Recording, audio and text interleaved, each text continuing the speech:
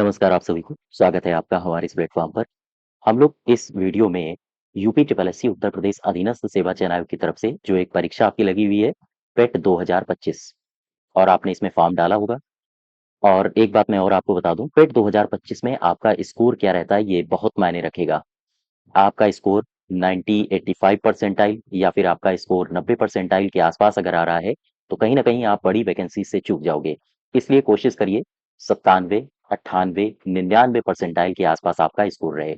इसी के लिए आज से हम लोग शुरू करेंगे जीएस। जीएस का मतलब है कि जो भी आपका सिलेबस दिया गया है पेट का, उसके एमसीक्यूज़ जिस प्रकार से आयोग पूछ रहा है, जिस डिफ़िकल्टी लेवल के साथ, उसी आधार पर हम आपको एमसीक्यूज़ करवाएँगे टॉपिक वाइज़, ठीक है?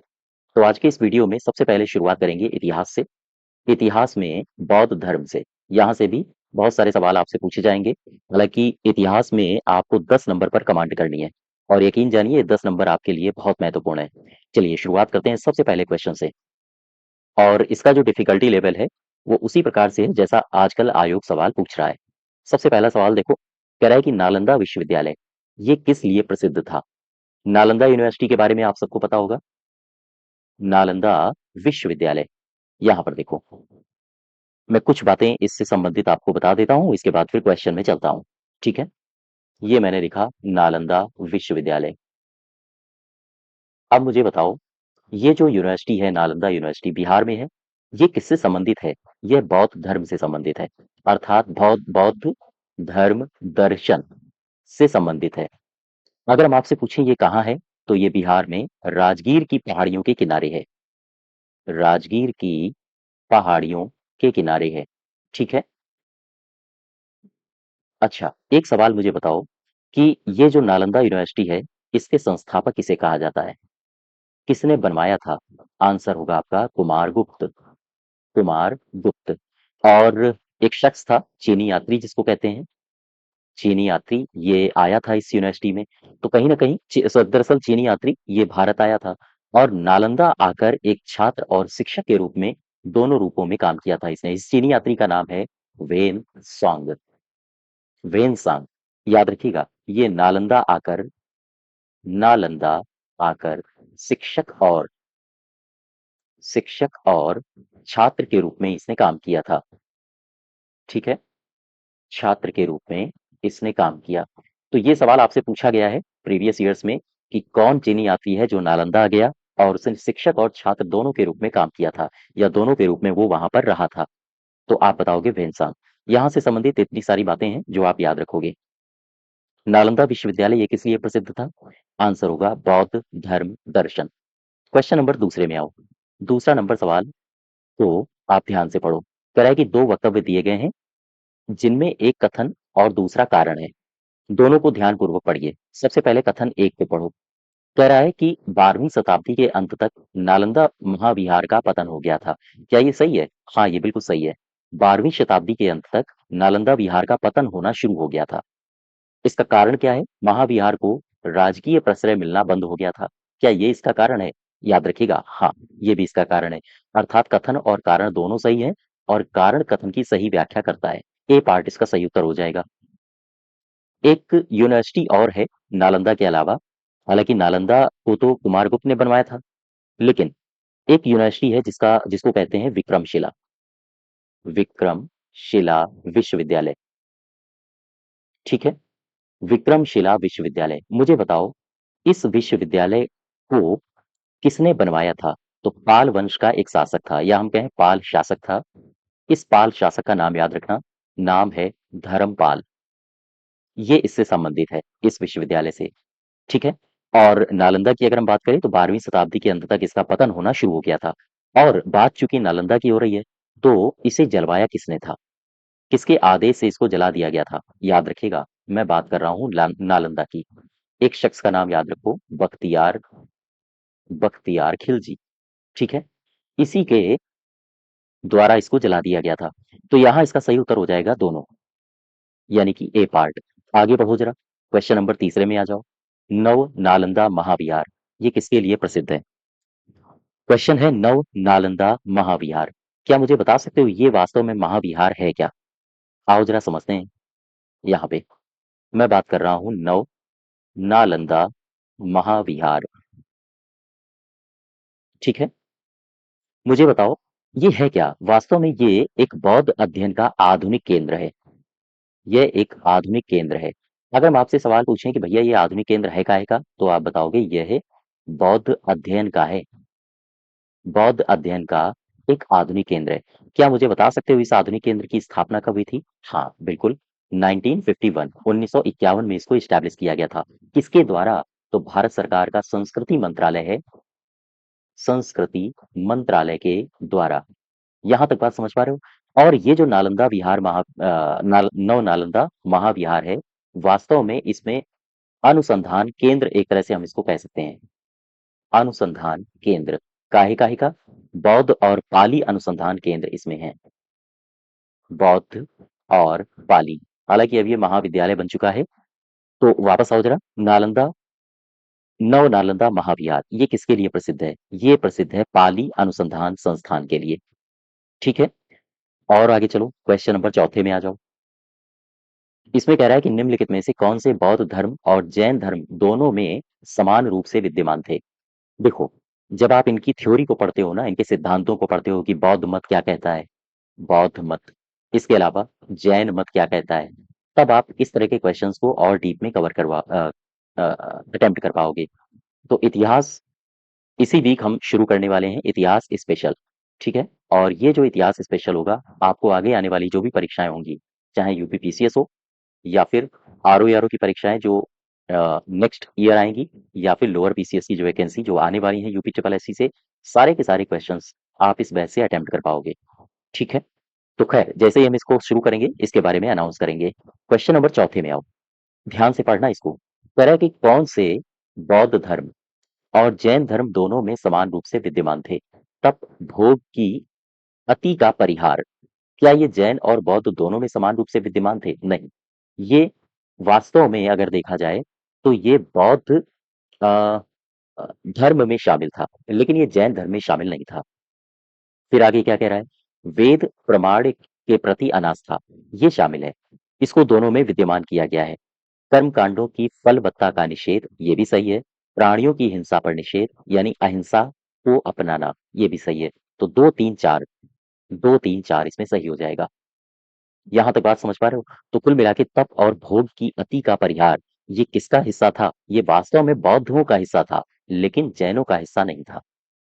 क्वेश्चन नंबर 5वें में आओ जरा, इसमें क्या कह रहा है? प्राचीन भारतीय इतिहास के संदर्भ में निम्नलिखित में से कौन से बौद्ध और जैन धर्म दोनों में समान रूप से विद्यमान थे? तप और भोग की अति का परिहार नहीं, ये गलत है। वेद प्रमाण के प्रति अनास्था, हाँ ये सही है। कर्मकांडों की फलवत्ता पर निषेध, ये भी सही है। तो 2 और 3 इसमें सही होगा। 2 और 3, ठीक। B part. नेक्स्ट देखो, क्वेश्चन नंबर छठा। निम्नलिखित में से कौन सी बात बौद्ध धर्म और जैन धर्म में समान नहीं है? अहिंसा दोनों में थी, वेदों के प्रति उदासीनता दोनों में थी, आत्मदमन और आगे लिखा है रीति रिवाजों की अस्वीकृति, ये दोनों में थी। क्वेश्चन नंबर छठे का सही उत्तर क्या होगा? सही उत्तर होगा आत्मदमन। आत्मदमन होता क्या है? तो आत्मदमन वही होता है जो मैंने अभी आपको नीचे बताया था।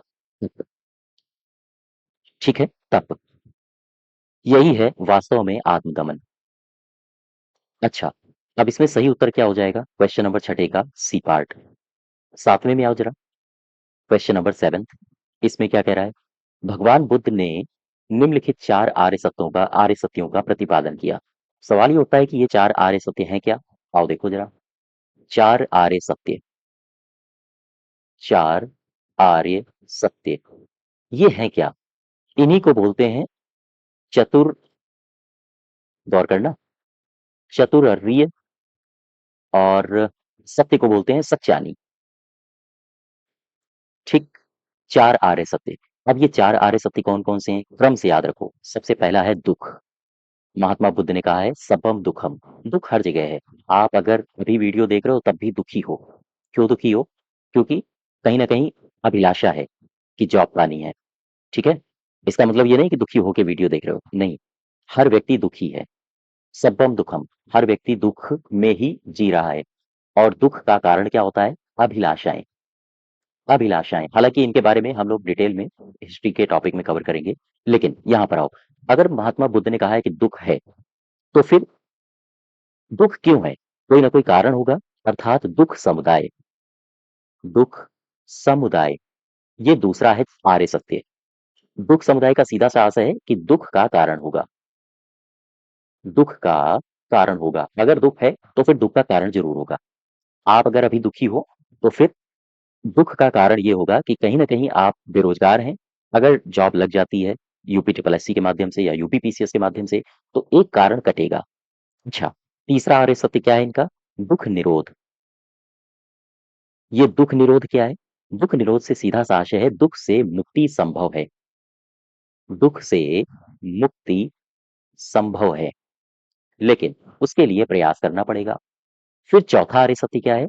चौथा आर्य सत्य है दुख निरोध गामिनी प्रतिपदा। दुख निरोध गामिनी गामिनी प्रतिपदा, ये क्या है? दुख निरोध गामिनी प्रतिपदा, इसका सीधा सा मार्ग, सीधा सा अर्थ है कि मुक्ति का मार्ग।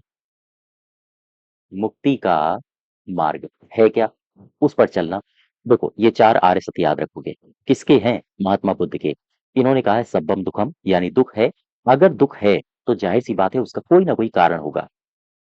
ठीक है, उन कारणों को जान लो। अगर उन कारणों को आपने जान लिया तो दुख से मुक्ति संभव हो जाएगी आपकी, क्योंकि उन कारणों पर फिर आप काम करने लगेंगे। इसके अलावा दुख निरोध गामिनी प्रतिपदा, ये चौथा आर्य सत्य है। अर्थात अगर दुख से मुक्ति संभव है, वही है मुक्ति का मार्ग। ठीक है, आप सारे दुखों से मुक्त हो गए, ये मुक्ति का मार्ग है। एक व्यक्ति है, वेदांत का सीधा सा अर्थ क्या होता है? वेदांत में एक सीधा संबंध होता है, या हम कहें सीधा सा कॉन्सेप्ट होता है कि मनुष्य दुख में है और दुख से मुक्ति ही मोक्ष है। मोक्ष कहीं ऐसा नहीं है कि कोई ऊपर आएगा आपके हाथ फेर देगा और बाबा जी आएंगे वगैरह वगैरह, जो आमतौर पर परंपराओं प्रचलन में है। नहीं, आप दुखी हैं, आप अगर दुख से मुक्त हो जाते हैं तो आप मोक्ष की प्राप्ति कर ले गए। तो ये है चार आर्य सत्य। अब इनको इसी क्रम में आपको याद रखना है। दुख, दुख समुदाय, दुख निरोध गामिनी प्रतिपदा। अब यहां पर आओ जरा, इस क्वेश्चन को देखो, 7वें नंबर को।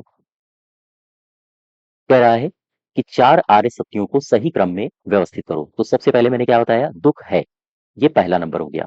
फिर दुख निरोध या फिर दुख समुदाय। दुख समुदाय क्या है? दुख का कारण। तो अगर दुख है तो आपको कारण जानना पड़ेगा, ये हो गया दूसरा। फिर इसके अलावा दुख निरोध यानी दुख से मुक्ति भी संभव है, तो ये हो जाएगा तीसरा। और दुख निरोध का मार्ग, ये हो जाएगा चौथा। तो आ जाएगा ए, डी, बी और सी। ए डी बी सी, यानी ए पार्ट आपका सही हो जाएगा। यहां तक बात समझ पा रहे हो? चलो क्वेश्चन नंबर 8वें में आ जाओ। बौद्ध और जैन धर्म, दोनों ही धर्म विश्वास करते हैं कि कर्म तथा पुनर्जन्म के सिद्धांत सही हैं। मृत्यु के पश्चात ही मोक्ष संभव है, ऐसा नहीं है। मृत्यु के पहले भी मोक्ष संभव है। अगर आप अपने जीवन को बेहतर बना लेते हैं तो कहीं ना कहीं आप मोक्ष में ही हैं। स्त्री और पुरुष दोनों ही मोक्ष प्राप्त कर सकते हैं। जीवन में मध्यम मार्ग सर्वश्रेष्ठ है। जैन और बौद्ध दोनों ही विश्वास करते हैं कि कर्म और पुनर्जन्म के सिद्धांत सही हैं। याद रखो। आओ जरा समझते हैं इसको। इनके मतों को आप पढ़ेंगे तो आपकी बुद्धि एकदम से खुल जाएगी कि यार ऐसा भी होता है क्या। देखो, जैन और बौद्ध वास्तव में ये विश्वास रखते हैं कर्मवाद पर। कर्मवाद और पुनर्जन्म, कर्मवाद और पुनर्जन्म में ये विश्वास रखते हैं। और एक बात और है, इन दोनों ने विरोध भी बहुत किया है। और सवाल ये उठता है कि अगर विरोध किया है तो किसी न किसी का विरोध किया होगा। हाँ, इन्होंने वैदिक कर्म कांडों का विरोध किया है। वैदिक कर्म कांडों का विरोध किया है। इन्होंने वेदों की अपौरुषेयता, अपौरुषेयता का विरोध किया है। ये क्या होता है अपौरुषेयता? अभी हम लोग आगे डिस्कस करेंगे। इसके अलावा इन्होंने विरोध किया है हिंसा का। ठीक है, दोनों ने, चाहे बौद्ध हो चाहे जैन जैन हो, वैदिक कर्म कांडों का भी विरोध करते हैं, वेदों की अपौरुषेयता पर भी विरोध करते हैं और हिंसा का भी विरोध करते हैं। लेकिन दोनों ही कर्मवाद और पुनर्जन्म में विश्वास रखते हैं। अब वापस आओ जरा, सही उत्तर क्या होगा?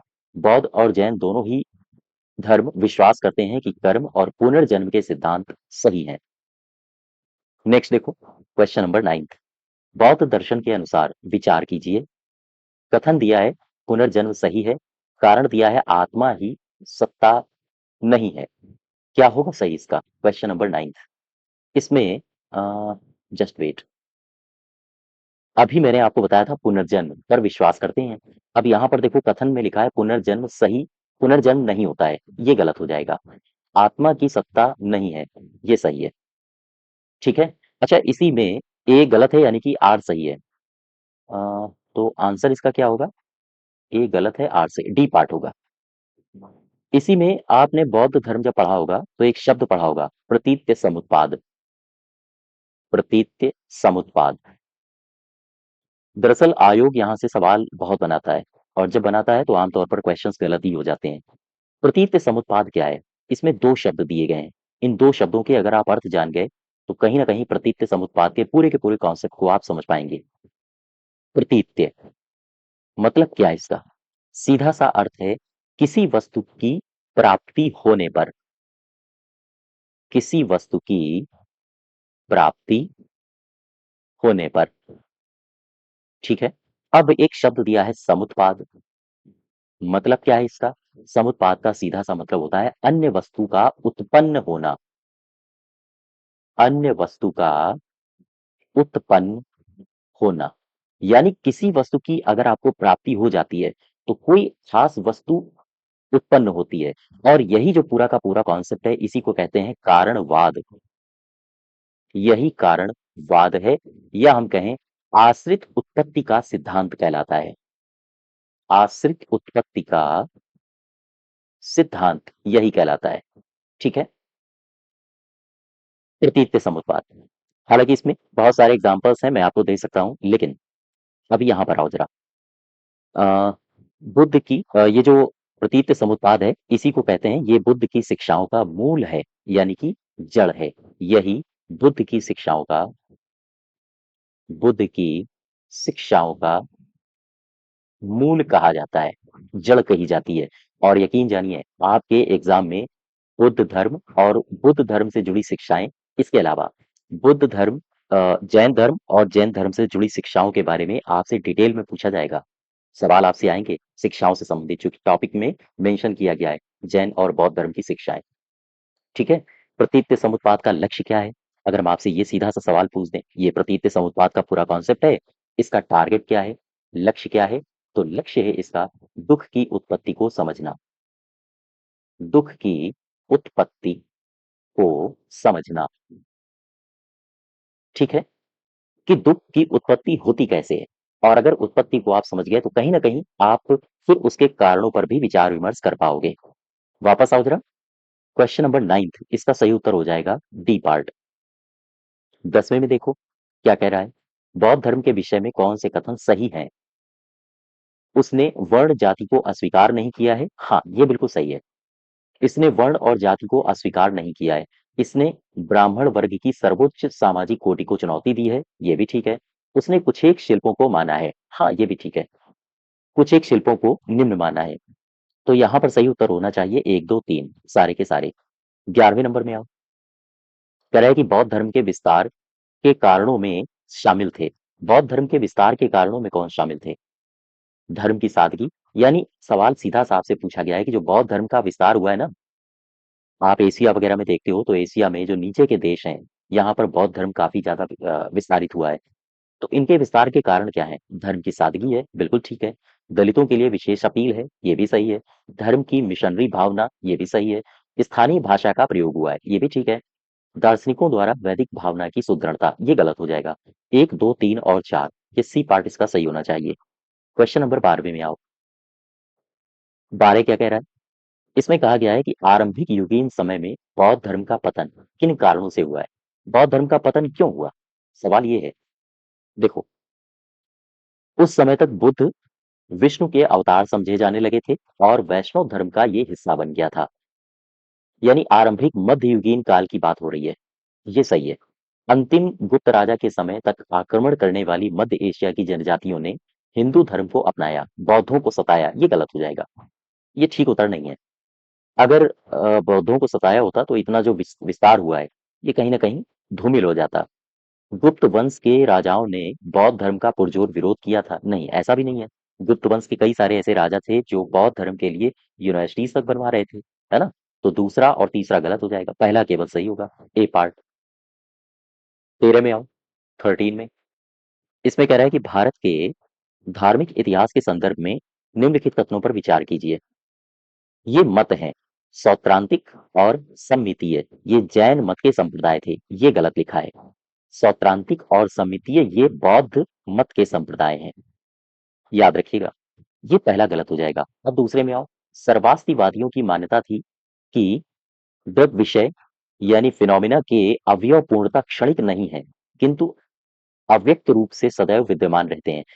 एक देखो, पहला तो गलत हो गया। अब यहाँ पर एक शब्द आ रहा है सर्वास्तिवादी, इसका मतलब पहले समझ लो आप, फिर इसके बाद दूसरा स्टेटमेंट आप समझ पाओगे कि ये सही है या गलत है।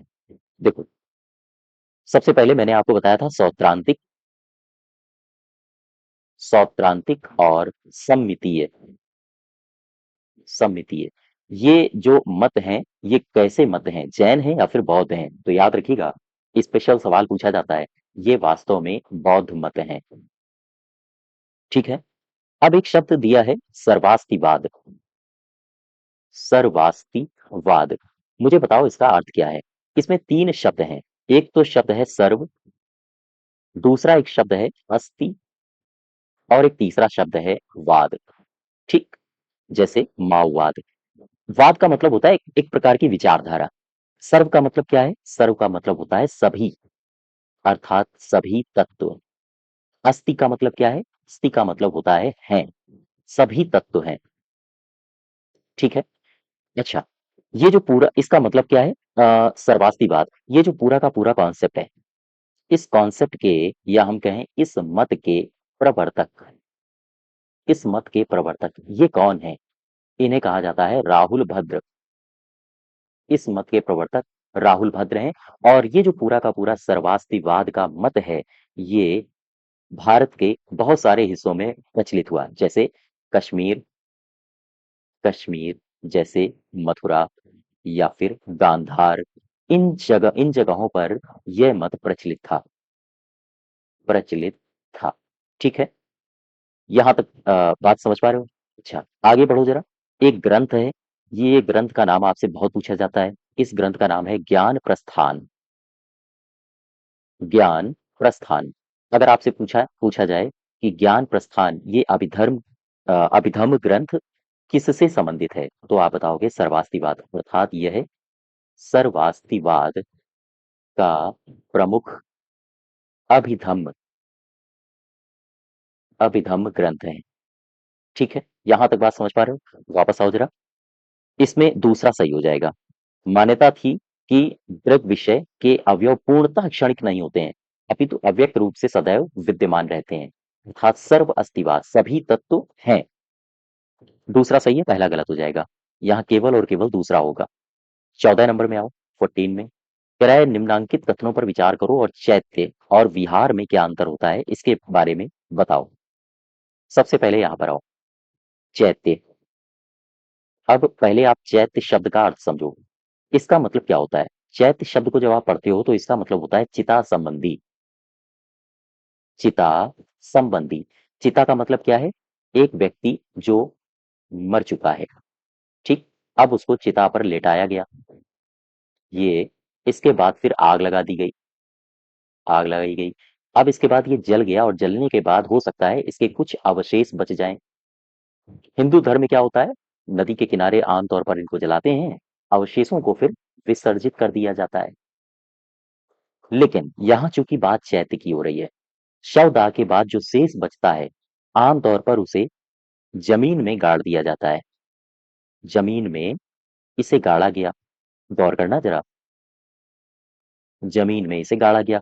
सपोज करो ये जमीन है, अब यहाँ पर कुछ इसके अवशेष बचे ये, और यहाँ पर इसे गाड़ दिया गया।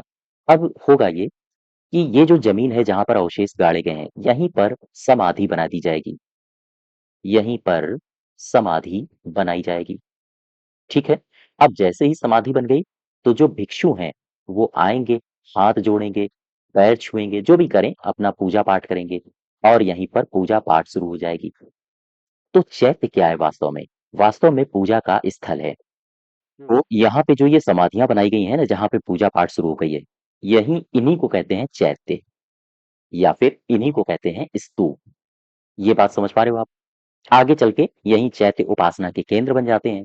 तो चैत्य ग्रहों के समीप भिक्षुओं के रहने के स्थान भी होते हैं, चूंकि यहाँ पूजा पाठ कर रहे हैं। जैसे सपोज करो यहाँ पे आओ, ये है चैत्य। यहाँ पर कुछ अस्थियों के शेष बचे थे, इनको जमीन में गाड़ दिया गया, और यहीं पर क्या बना दिया गया, एक पूजा का स्थल, स्तूप, यही कहेंगे आप चैत्य। और यहाँ पर क्या हो रही है, पूजा पाठ। अब अगर बौद्ध भिक्षु यहाँ पर पूजा पाठ करेंगे तो इसी के नजदीक कहीं वो अपना आवास भी बना लेते हैं, जहां पर वो रहते हैं। तो ये जो आवास है, इसे कहेंगे विहार। ठीक। और ये जो पूजा पाठ कर रहे हैं जहां जाके, इसे कहेंगे चैत्य। ये बात समझ पा रहे हो? तो देखो, दोनों ही शब्दों को आप ध्यान से समझोगे। चैत्य ग्रह, कई बार यहां से सवाल रिपीट हुए हैं। ये क्या है? ये है उपासना के केंद्र। उपासना के केंद्र, मैंने आपको बताया कैसे चैत्य ग्रह उपासना के केंद्र में तब्दील हो जाते हैं। वास्तव में चैत्य में है क्या, अस्थियों अस्थियों को इसमें रखा गया है। इसके अलावा एक शब्द मैंने कहा विहार, इसमें क्या है, इसका मतलब क्या होता है, इसका मतलब होता है चैत्य ग्रह के आसपास भिक्षु रहने लगते हैं। तो वो जो निवास स्थान होता है, निवास स्थान, वही होता है विहार। वापस आओ जरा, अब इसमें पढ़ो। विहार पूजा स्थल होता है, बिल्कुल गलत हो जाएगा, विहार निवास स्थल होता है। नेक्स्ट देखो, ऑप्शन नंबर बी, चैत्य पूजा स्थल होते हैं, हाँ ठीक है। विहार निवास स्थल होता है, हाँ ये भी सही है, बी पार्ट सही हो जाएगा, बाकी सारे गलत हैं। ठीक है। क्वेश्चन नंबर 15 में आओ। भारतीय कला में स्तूप चैत्य विहार का निर्माण किससे संबंधित है? तो आप क्या पढ़ रहे हो, बौद्ध के बारे में पढ़ रहे हो, तो बौद्ध धर्म से संबंधित है ये। और आगे बढ़ो, क्वेश्चन नंबर 16 में, कुछ शैलकृत बौद्ध गुफाओं को चैत्य कहा जाता है, जबकि अन्य को विहार कहा जाता है। दोनों में अंतर क्या है? थोड़ा सा इसको ऊपर करता हूँ, पढ़ो फिर से। दोनों में अंतर क्या है? विहार पूजा स्थल होते हैं, गलत है। चैत्य भिक्षुओं का निवास स्थल होता है, बिल्कुल गलत है। चैत्य पूजा स्थल होते हैं, हाँ ठीक है, यहाँ तक सही है। विहार बौद्ध भिक्षुओं का निवास स्थल होता है, ये सही है ना? बाकी पढ़ने की आवश्यकता नहीं है, आप चाहो तो पढ़ लेना। क्वेश्चन नंबर 17 में आओ। कह रहा है देवनी मोरी स्तूप, ये कहाँ पर है? 17, 17 नंबर। देवनी मोरी स्तूप, वास्तव में ये गुजरात में है। गुजरात में एक जगह है अ, अरावली या अरावली, और यहीं पर ये बौद्ध पुरातात्विक स्थल है, देवरी मोनी स्तूप। क्वेश्चन नंबर 18 में आओ। कह रहा है निम्नलिखित तथ्यों पर विचार कीजिए। पश्चिमी गोदावरी जिले के गुंदुपल्ली में प्रारंभिक चैत्यग्रह और विहार चट्टानों को काटकर बनाए गए हैं। याद रखिएगा, ये जो गुंदुपल्ली है, ये तो बात सही है कि प्रारंभिक चैत्यग्रह और विहारों को चट्टानों को काट के बनाया गया है, लेकिन गुंदुपल्ली ये पश्चिमी गोदावरी में नहीं है। तो फिर कहाँ है? ये है एक क्षेत्र है, दरअसल ये आंध्र प्रदेश का ही क्षेत्र है। और ये है कहाँ पे? ये एक जिला है, पश्चिमी गोदावरी तो नहीं, लेकिन एक जिला है एनटीआर। एनटीआर जिले में पड़ता है, तो पहला वाला गलत हो जाएगा। पूर्वी दक्कन को चैत्य और विहार असाधारण चट्टानों को काट कर बनाए गए हैं, हाँ ये सही है। तो इसमें केवल और केवल दो सही होगा, ठीक है, पहला गलत हो जाएगा। 19 में आओ। क्वेश्चन नंबर 19 में कह रहा है स्तूपों के संदर्भ में निम्नलिखित कथनों पर विचार कीजिए और निम्नांकित में से सही विकल्प चुनिए। स्तूप शब्द एक वास्तुशिल्प शब्द है, और इसका अर्थ है वह चीज जो कि संचय के माध्यम से बनाई जाए। ध्यान दो, स्तूप, इसका अर्थ होता है, ये मैंने शब्द लिखा स्तूप, इसका सीधा सा अर्थ होता है ढेर लगाना। ढेर लगाना, या फिर हम कह सकते हैं एकत्र करना। अर्थात इसका अर्थ होता है वह चीज जो कि संचय के माध्यम अर्थात एकत्र करने के माध्यम से बनाई गई हो। पहला सही है। मृतकों की स्मृति में स्तूप बनाने की प्रथा बौद्ध काल के पूर्व से है, हाँ ये भी सही है। दोनों कथन आपके सही हैं, सी पार्ट। क्वेश्चन नंबर 20 में आओ। धान्य कटक, जो कि महासांगिकों के अधीन एक प्रमुख बौद्ध केंद्र के रूप में समृद्ध हुआ है, निम्नलिखित में से किस एक क्षेत्र में अवस्थित है? वास्तव में ये आंध्र प्रदेश में है, आंध्र प्रदेश में। और जो जिले का नाम है वो है पलनाडु। पलनाडु अमरावती के निकट है, और वहीं पर एक क्षेत्र के रूप में ये अवस्थित है, धान्य कटक। ए पार्ट इसका सही होगा। आगे बढ़ो जरा। सुल्तानी युग, सुल्तानी युग का मतलब क्या है पता है आपको? यहाँ पर एक शब्द यूज किया गया, सुल्तानी युग। इसका सीधा सा मतलब है मध्यकालीन भारत। मध्यकालीन भारत। बात समझ पा रहे हो? देखो सवाल कैसे घुमाया है। मध्यकालीन भारत नहीं कहा है उसने। उसने कहा है सुल्तानी युग, यानी कि उसी समय सुल्तान होते थे। तो सुल्तानी युग में बौद्धों की कौन सी शाखा सबसे ज्यादा प्रभावशाली थी? अब देखो ये वो दौर है जब तंत्र मंत्र टोना टोटका ये सब चल रहे थे। तो यहाँ बौद्धों की एक ऐसी शाखा आएगी जो तंत्र मंत्र टोना टोटका इन पर सब पर विश्वास करती थी। तो कौन सी वो शाखा है?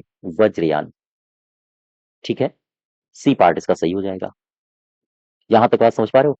तो इसीलिए इतिहास को आपको एंशियंट हिस्ट्री, मिडाइवल हिस्ट्री, इस तरह के अगर क्वेश्चंस को आपको लिंक से करने हो और मॉडर्न हिस्ट्री, ये एक क्रम में पढ़नी होगी और पूरी तरह से डिटेल में। और तब जाके आप जो छोटे छोटे सवाल हैं उनको भी एक एनालिटिकल थिंकिंग के साथ अटेम्प्ट कर पाओगे और साथ ही साथ कथन कारण जैसे सवालों को बड़े आराम से सॉल्व कर पाओगे।